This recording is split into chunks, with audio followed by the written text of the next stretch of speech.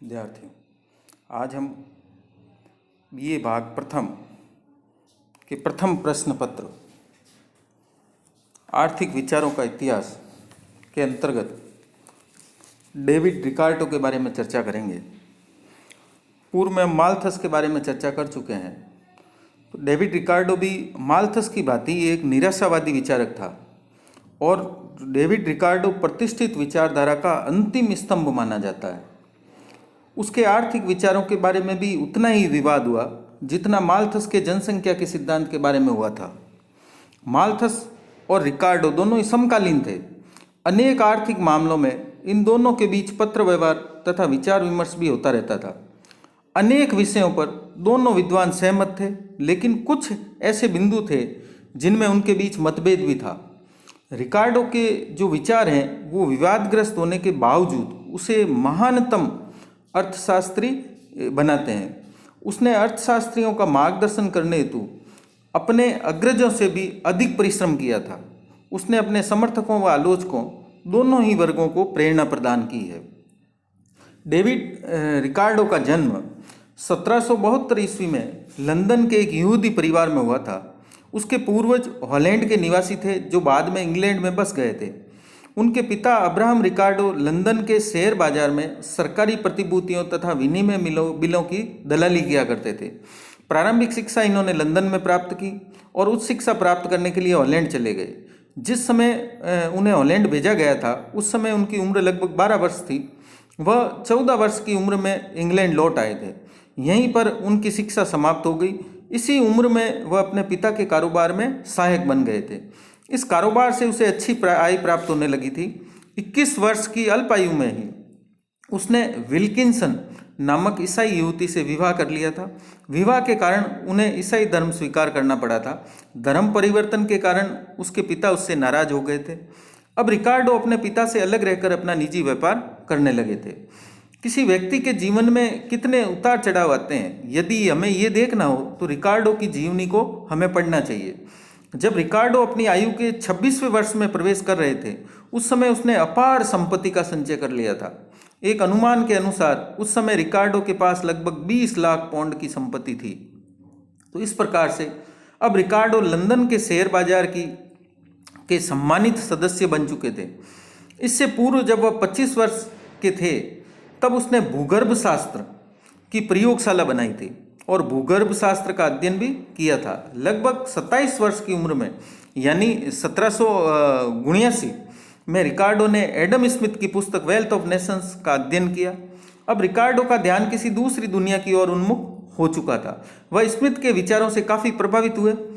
स्वयं व्यापारी व भूस्वामी होने के कारण उसने एडम स्मिथ के विचारों पर मनन करना प्रारंभ किया। इसके बाद उन्होंने धीरे धीरे अपना ध्यान अर्थशास्त्र पर केंद्रित किया। तो रिकार्डो के लेखन कार्य का जो प्रारंभ है वो शुरू होता है 1809 में।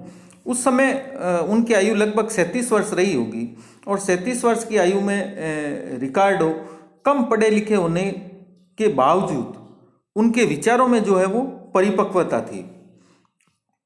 उनकी मृत्यु 1823 ईस्वी में हुई, बहुत ही अल्प आयु में, यानी मात्र 51 वर्ष की आयु में उनका देहांत हो गया। इससे पूर्व उन्होंने जो पुस्तकें लिखी 1810 में जो है उनका जो प्रथम निबंध है वो प्रकाशित हुआ था, the high price of bullion proof of the description of bank notes प्रकाशित हुआ। उसके पश्चात 1817 में उन्होंने the principle of political economy तथा 1822 में प्रोटेक्शन टू एग्रीकल्चर नामक पुस्तकों की रचना की। रिकार्डो केवल धन से ही धनी नहीं था बल्कि बुद्धि का भी वो धनी था। 1819 में रिकार्डो को ब्रिटिश संसद का सदस्य चुन लिया गया। संसद में उसे आर्थिक विषयों विशेषकर मुद्रा और बैंकिंग का विशेषज्ञ माना जाता था। उसके भाषणों तथा सुझावों को सभी सदस्य बड़े ध्यान से सुना करते थे। 1821 में उन्होंने एक राजनीतिक आर्थिक क्लब पॉलिटिकल इकोनॉमिक क्लब की स्थापना भी की और फिर 1823 में उसकी मृत्यु हो गई। रिकार्डो की पुस्तक प्रोटेक्शन टू एग्रीकल्चर के बारे में मैकला ने कहा था कि यदि रिकार्डो कुछ और न लिखता तो भी वह छोटी सी पुस्तक उसे प्रथम श्रेणी के अर्थशास्त्रियों में स्थान दिलाने के लिए पर्याप्त थी। जैसा कि पूर्व में बता चुका हूँ कि रिकार्डो ने थोड़े समय में पर्याप्त धन संपत्ति का संग्रह कर लिया था और उसने धन का उपयोग भी बहुत अच्छे ढंग से किया था। उसके द्वारा दी गई आर्थिक सहायता से अनेक संस्थाएं चला करती थी। वह उस समय का दानवीर था। वह जितना अच्छा वक्ता था उतना ही अच्छा लेखक नहीं था। उसकी भाषा शैली ठीक नहीं थी। उसके विचारों में क्रमबद्धता नहीं थी। स्मिथ के जो ग्रंथ में देखने को मिलती है वो क्रमबद्धता नहीं थी, है ना। लेकिन इस अमूर्तता के बावजूद रिकार्डो के गौरव में वृद्धि हुई है। तो रिकार्डो को नेक्स्ट हम लेते हैं, प्रभावित किस किसने किया। सबसे पहले रिकार्डो को एडम स्मिथ ने प्रभावित किया, क्योंकि वो रिकार्डो जो है वो स्मिथ के आर्थिक विचारों से पूर्णतया दीक्षित हो गया था और उसने स्मिथ के विचारों के आधार पर अनेक आर्थिक सिद्धांतों का प्रतिपादन किया। दूसरा है फिर औद्योगिक क्रांति, क्योंकि रिकार्डो के समय जैसा कि माल्थस के समय दोनों समकालिक थे, तो इंग्लैंड का औद्योगिक विकास अपनी चरम सीमा पर पहुंच गया था। स्मिथ के काल में वहाँ औद्योगिक क्रांति का श्री गणेश हुआ था, लेकिन उस औद्योगिक बुराइयों की शुरुआत नहीं हुई थी जो रिकार्डो के समय हो चुकी थी। रिकार्डो ने स्वयं अपनी आंखों से औद्योगिक बुराइयों को देखा, जिसमें गरीबी तथा आर्थिक असमानताएं दिन प्रतिदिन बढ़ती जा रही थी और उसका भी प्रभाव इस पर पड़ा। फिर है मूल्य वृद्धि। इंग्लैंड में एक और जनसंख्या बढ़ रही थी, तो दूसरी ओर अनाज और अन्य वस्तुओं के मूल्यों में भी वृद्धि हो रही थी। एक और मुद्रा का चलन बढ़ रहा था, तो दूसरी ओर मुद्रा के मूल्य में कमी होने लगी थी। लोग धीरे धीरे खेती की ओर आकर्षित होने लगे थे और खेती पर जनसंख्या का भार बढ़ने लगा था, जिससे घटिया से घटिया भूमि पर भी खेती की जाने लगी थी, जिससे कृषि का लगान बढ़ने लगा था। और यही आगे जाकर के प्रभाव जो है इसके रिकार्डो के लगान सिद्धांत का आधार बने। फिर है स्वतंत्र प्रतियोगिता। अब रिकार्डो ये अनुभव करने लगा था कि जो प्रतिबंधात्मक कानून है उनकी समाप्ति के परिणाम स्वरूप स्वतंत्र प्रतियोगिता का विस्तार होने लगा है। इससे वणिकवाद की भावना का महत्व बढ़ने लगा था। फिर रिकार्डो के समय पूंजीपतियों और भूस्वामियों व श्रमिकों के बीच संघर्ष होने लगा था। यह संघर्ष विशेष रूप से भूस्वामियों व पूंजीपतियों के बीच ही था। इस संघर्ष का जो प्रमुख कारण था वो था ऊंचे लगान के कारण भूस्वामी अधिक लाभ नहीं कमा पा रहे थे और मजदूरों का जीवन निर्वाह व्यय बढ़ने लगा था। मजदूर पूंजीपतियों से मजदूरी बढ़ाने का जो है आग्रह कर रहे थे। पूंजीपतियों के लाभ में हुई कमी का मुख्य कारण लगान में वृद्धि को माना जा रहा था। इस प्रकार से उत्पत्ति के तीनों महत्वपूर्ण साधन भूस्वामी, पूंजीपति और श्रमिक आपस में संघर्षशील थे। तो इस प्रकार से हमें पता चलता है कि रिकार्डो के समय अनेक समस्याएं पैदा हुई थी। ऐसी परिस्थितियों में ये जानना आवश्यक था कि अनाज का मूल्य तथा लगान ऊंचे क्यों है, मजदूरी कैसे निश्चित की जाए, करों का भार किस पर पड़ना चाहिए, लगान, मजदूरी तथा कर आदि का लाभ पर क्या प्रभाव पड़ेगा। वास्तव में राष्ट्रीय लाभांश के वितरण का प्रश्न, जिस पर कि पूर्व में एडम स्मिथ ने बहुत कम ध्यान दिया था, उस पर ध्यान देना महत्वपूर्ण हो गया था और उत्पत्ति के साधनों के बीच छिड़ चुका जो संघर्ष था जिसका समाधान खोजना भी आवश्यक था। तो इन सब ने मिलकर के रिकार्डो को प्रभावित किया।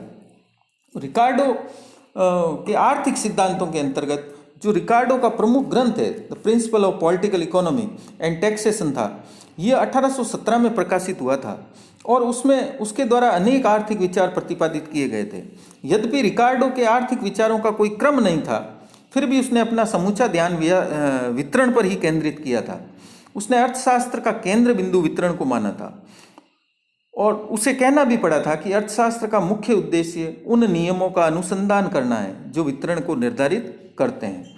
यही नहीं, रिकार्डो ने 20 नवंबर 1820 को इस विषय पर माल्थस को एक पत्र भी लिखा था कि आपके विचारानुसार अर्थशास्त्र धन की प्रकृति और कारणों का अध्ययन है, लेकिन मेरे विचार में इसे ऐसा शास्त्र कहना चाहिए जो उद्योग द्वारा उत्पादित धन को उत्पत्ति के साधनों में वितरित करने का कार्य करे, और यही इस विज्ञान का एक सच्चा उद्देश्य है। तो रिकार्डो वितरण को प्रमुख स्थान देता है। और रिकार्डो के आर्थिक सिद्धांतों के अंतर्गत हम आज लेते हैं उसका मूल्य सिद्धांत, है ना। रिकार्डो ने भले ही वितरण पर ही अपना ध्यान केंद्रित किया था, परंतु उसने अपनी पुस्तक का प्रारंभ मूल्य सिद्धांत से ही किया है। मूल्य पर उसने एक विस्तृत अध्याय लिखा है। फिर भी एक हम कह सकते हैं कि मूल्य का विश्लेषण वास्तव में उसके विचारों का प्रारंभ मात्र ही था। प्राय ये भी कहा जाता है कि मूल्य सिद्धांत के आधार पर ही वितरण की समस्या को सुलझाना चाहता था, परंतु जीड एवं रिस्ट ऐसा मानते हैं कि रिकार्डो ने वितरण की खोज के बाद मूल्य सिद्धांत की रचना की थी, है ना। तो इसमें हम इस भ्रम में नहीं पड़ना चाहेंगे कि रिकार्डो ने पहले किस सिद्धांत की रचना की। हमें उसके मूल्य संबंधी विचारों को ही जान और समझ लेना चाहिए कि उसके पूर्व जो स्मिथ था, स्मिथ ने मूल्य के बारे में क्या विचार व्यक्त किए थे। स्मिथ ने बताया था कि वस्तु का मूल्य श्रम के द्वारा निर्धारित होता है और वह वस्तु में लगे हुए श्रम की मात्रा से निश्चित होता है। पूंजीवादी अर्थव्यवस्था में एक श्रमिक को जितना पारिश्रमिक दिया जाता है वह उसके वास्तविक मूल्य से कहीं कम होता है। इस प्रकार से पूंजीपति को एक प्रकार का आधिक्य या सरप्लस प्राप्त होता है जो श्रम के शोषण का प्रतिफल है। इसी को आधार मानकर कार्ल मार्क्स ने शोषण के सिद्धांत की रचना की थी। एडम स्मिथ ने शोषण के सिद्धांत का विकास नहीं किया था। मूल्य सिद्धांत की इस समस्या को यह कहकर छोड़ दिया था कि मूल्य का श्रम सिद्धांत पूंजीवाद पूर्व अवस्था के लिए उपयुक्त था। लेकिन रिकार्डो ने अपने मूल्य सिद्धांत के रूप में जो व्याख्या की है उसमें रिकार्डो ने एडम स्मिथ की तरह ही प्रयोग मूल्य तथा विनिमय मूल्य में अंतर किया है। Value in use and value in exchange दोनों में अंतर किया है उसने भी, जैसा कि एडम स्मिथ ने किया था। उसने प्रयोग मूल्य की अपेक्षा विनिमय मूल्य को अधिक महत्व दिया है। वह लिखता है कि राजनीतिक अर्थशास्त्र का संबंध विनिमय मूल्य से है, यद्यपि विनिमय मूल्य के लिए प्रयोग मूल्य यानी उपयोगिता का होना भी आवश्यक होता है। रिकार्डो ने फिर विनिमय मूल्य को दो भागों में बांटा, एक तो प्राकृतिक मूल्य और दूसरा बाजार मूल्य। प्राकृतिक मूल्य इसे सामान्य मूल्य या नॉर्मल प्राइस भी कहा जाता है। बाजार मूल्य अल्पकालीन मूल्य होता है जो मांग तथा पूर्ति के परिवर्तनों के कारण बदलता रहता है। बाजार मूल्य प्राकृतिक मूल्य के आसपास ही घूमता रहता है और अंत में उसके बराबर होने की प्रवृत्ति में चला जाता है। जहाँ तक सामान्य मूल्य का प्रश्न है इसमें परिवर्तन नहीं होते हैं और ये एक प्रकार से स्थायी होता है।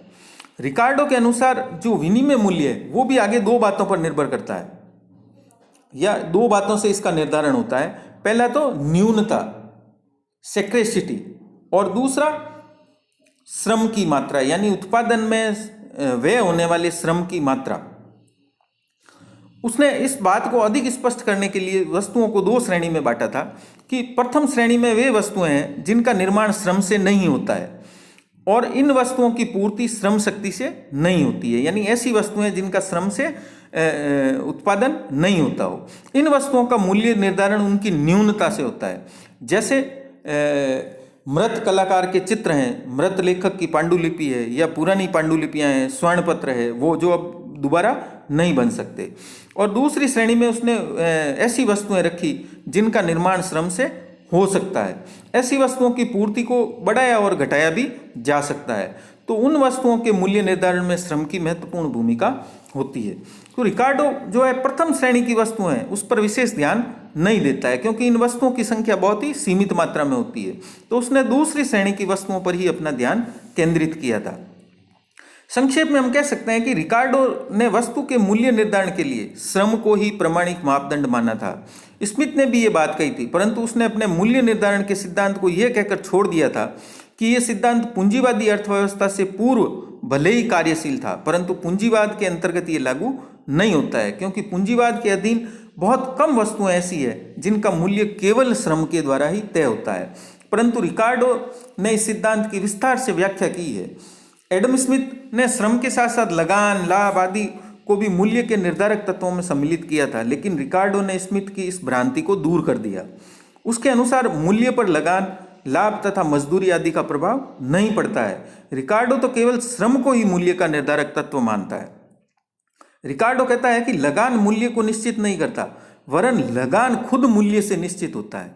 इसके अतिरिक्त उसने यह भी बतलाया कि पूर्ण प्रतियोगिता की स्थिति में सभी व्यवसायों में मजदूरी की दर समान होती है, अर्थात वस्तुओं के विनिमय मूल्यों में अंतर होने का प्रमुख कारण इसके निर्माण में खर्च होने वाले श्रम की मात्रा में अंतर का होना है।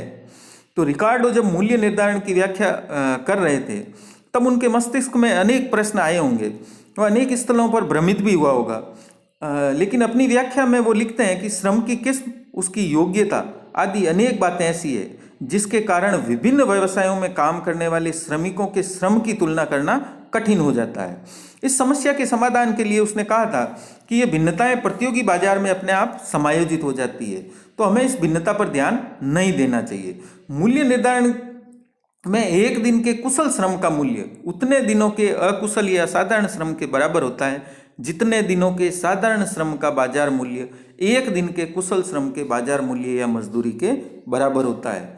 तो रिकार्डो ने मजदूरी और मूल्य के संबंध को भी स्पष्ट किया और कहा है कि ऊंची मजदूरी का कारण वस्तुओं के मूल्य में वृद्धि होना नहीं है, यानी वस्तुओं के मूल्य में वृद्धि ऊंची मजदूरी का कारण नहीं है, वरना मजदूरी में वृद्धि प्रमुख कारण मुद्रा के मूल्य में कमी होना है। तो मजदूरी में कारण क्या है? मुद्रा के मूल्य में कमी होना। जब मुद्रा का मूल्य कम हो जाता है तो मजदूर अपनी आवश्यकताओं को पूरा नहीं कर पाता है, इसलिए वो ज्यादा मजदूरी की मांग करता है।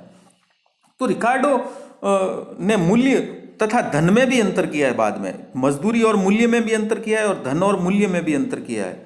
वो ऐसा मानता है कि मूल्य न्यूनता पर आधारित है। न्यूनता, जैसा कि ऊपर बताया था मैंने, उन विनिमय मूल्य को निर्धारित करने वाले जो तत्व हैं उसमें जो पहला तत्व है वो न्यूनता, उस पर आधारित है, जबकि जो धन होता है वो अधिकता पर आधारित है। उत्पत्ति के बढ़ने से मूल्य में कमी होती है, जब ज़्यादा उत्पादन हो जाता है तो मूल्य घटता है, जबकि राष्ट्रीय आय में वृद्धि होती है तो धन बढ़ता है, धन की अधिकता होती है। तो इतने उसके सिद्धांतों के बावजूद भी, है ना, रिकार्डो के मूल्य सिद्धांत की अनेक अर्थशास्त्रियों द्वारा आलोचना की गई है और उसके बारे में कहा जाता है कि रिकार्डो स्वयं मूल्य सिद्धांत के बारे में भ्रमित था। 1820 में उसने मैक्ला को जो पत्र लिखा था उसमें ये बात स्पष्ट हो जाती है। उन्होंने पत्र में लिखा था कि मैं कभी कभी सोचता हूँ कि यदि मुझे मूल्य पर फिर से लिखना पड़े तो मुझे ये मान लेना चाहिए कि वस्तुओं के सापेक्षिक मूल्य एक के बजाय दो तत्वों से नियंत्रित होते हैं, और वो दो तत्व हैं संबंधित वस्तुओं के उत्पादन के लिए आवश्यक श्रम की सापेक्षिक मात्रा तथा उस काल के लिए लाभ की दर जिसमें पूंजी निष्क्रिय होती है और जब तक वस्तुएं बिक्री के लिए बाजार में नहीं आ जाती है। तो इससे लगता है कि रिकार्डो अपने मूल्य निर्धारण के सिद्धांत से कभी संतुष्ट नहीं हो पाया था। जब वो स्वयं ही संतुष्ट नहीं हो पाया था, वह निराश होकर अपने मित्र मैक्ला को भी लिखता है कि मैंने मूल्य को नियंत्रित करने वाले सिद्धांत की जो व्याख्या की है उससे मैं खुद संतुष्ट नहीं हूँ और मेरी ये इच्छा है कि कोई अधिक योग्य व्यक्ति इस कार्य को करे। रिकार्डो के मूल्य सिद्धांत की जो आलोचनाएं की गई है वो प्रमुख रूप से 3 तत्वों पर आधारित है। पहली तो यह है कि वस्तु के मूल्य निर्धारण में केवल श्रम का ही महत्व नहीं होता है, इस पर उपयोगिता का भी प्रभाव पड़ता है, जिसको इसने टाल दिया था, जबकि एडम स्मिथ ने उसको लिया था। दूसरा, वो ये कहता है कि जो समय तत्व है उसकी वो स्वयं सही व्याख्या नहीं कर पाया था, है ना। उसने मैक्ला जो उसका मित्र था उसके सुझाव पर मूल्य सिद्धांत में समय तत्व को उसने सम्मिलित जरूर किया था, परंतु उसकी सही ढंग से व्याख्या वो नहीं कर पाया था। बाद में इस समय तत्व को मार्शल ने रिकार्डो के विचारों से ही ग्रहण किया था और मार्शल ने समय तत्व की व्याख्या की थी। और जैसा कि उसने अपने मित्र मैक्ला को पत्र लिखा है और उसमें वो खुद इस सिद्धांत से संतुष्ट नहीं था, तो रिकार्डो स्वयं अपने सिद्धांत का खुद आलोचक बन जाता है ना। जब भी उसे कहना पड़ा था कि मेरे बाद कोई अन्य अर्थशास्त्री इस विषय पर अधिक प्रकाश डाले, है ना, उसे ऐसा इसलिए कहना पड़ा था कि वो स्वयं अपने इस सिद्धांत से संतुष्ट नहीं था। तो इस प्रकार से हम ये कह सकते हैं कि भले ही रिकार्डो का मूल्य सिद्धांत संतोषजनक नहीं था, वो स्वयं इससे संतुष्ट नहीं था, परंतु इसका ऐतिहासिक महत्व अवश्य ही है। रिकार्डो से प्रेरणा लेकर के ही आगे कार्ल मार्क्स ने श्रम के मूल्य सिद्धांत की वैज्ञानिक व्याख्या की थी, है ना। और कहा जाने लगा था कि जिस चींतड़े को रिकार्डो फेंक चुका था उसी को पहनकर कार्ल मार्क्स स्टेज पर नाटक करने लगा था। तो रिकार्डो के मूल्य सिद्धांत का आकलन करते हुए एरिक रोल ने कहा है कि रिकार्डो की प्रमुख उपलब्धि उसके मूल्य तथा वितरण के सिद्धांत से दृष्टिगोचर होती है। तो इस प्रकार से रिकार्डो ने अपने मूल्य के संबंध में विचार दिए। रिकार्डो के जो प्रमुख सिद्धांत हैं वो उसके वितरण से संबंधित सिद्धांत है, जिनका हम अगले वीडियो में अध्ययन करेंगे।